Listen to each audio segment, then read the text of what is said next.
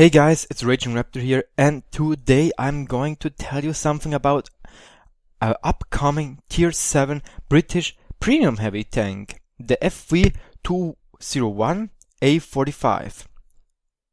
So yeah, let's move on into this description. Developed by 1944 by the English Electricity Company as a part of the new program to create a new infantry support tank to replace the A43 Black Prince.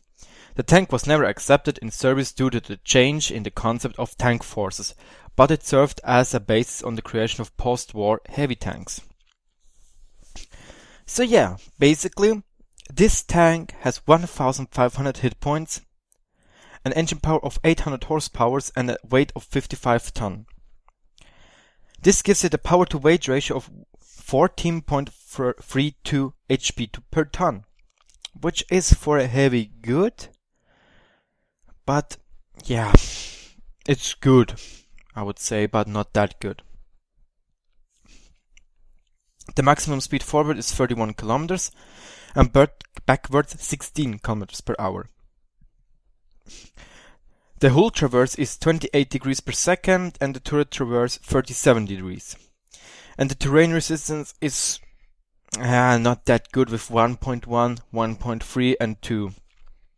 At least the soft ground terrain resistance is quite good. Normally for a heavy it's 2.2 or something like this. Another thing which is really important to note for a tier 7 heavy tank, it has a really good fuel range from 380 meters. And yes, these are the basic stats of this tank. Well, it's more or less mobile. I think this is okay-ish. The hit points is very high, the amount for a tier 7 heavy tank. Well, we also know the Tokyo, which has a shitload of hit points. But this tank is not like this, especially when you see the armor. Well, as you can probably see, it has 76 in the front, 50 on the side. And yeah, this armor is close to the same as on the Centurion 1. So the Centurion 1 on tier 8 has no hull armor. On tier 7 either. So basically you can't play with the hull. I don't think so, it will be a really bad idea.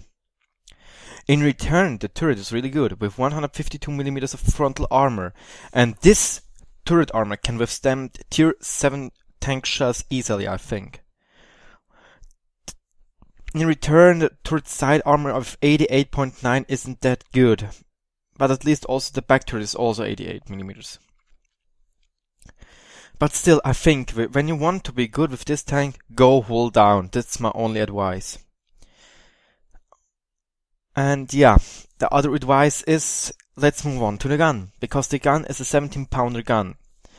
It has 150 damage and 171 penetration.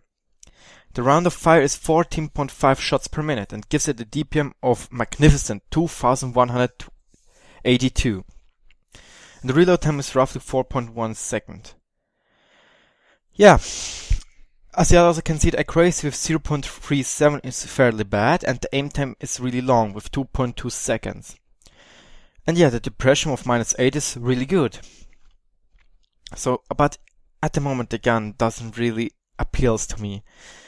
I hope this tank will have special matchmaking, because otherwise you will have a bad time. I drove the Challenger, and the Challenger has the same gun, with a little bit better stats in reload time and accuracy and aim time, but in tier 9 battles, you didn't have a chance against heavies.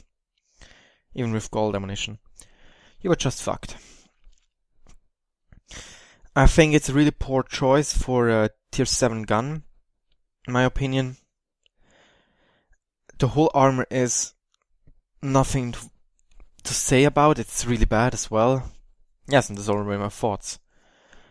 And for 7,000 gold, I won't buy it. Because the question is, yeah, do you have an TOC 2? Do you like it? Then you don't need another tank. But I don't like the TOC, it's too slow. This one is more mobile. But I have to say now, I really don't know if I could say this is a good tank or this is a bad tank.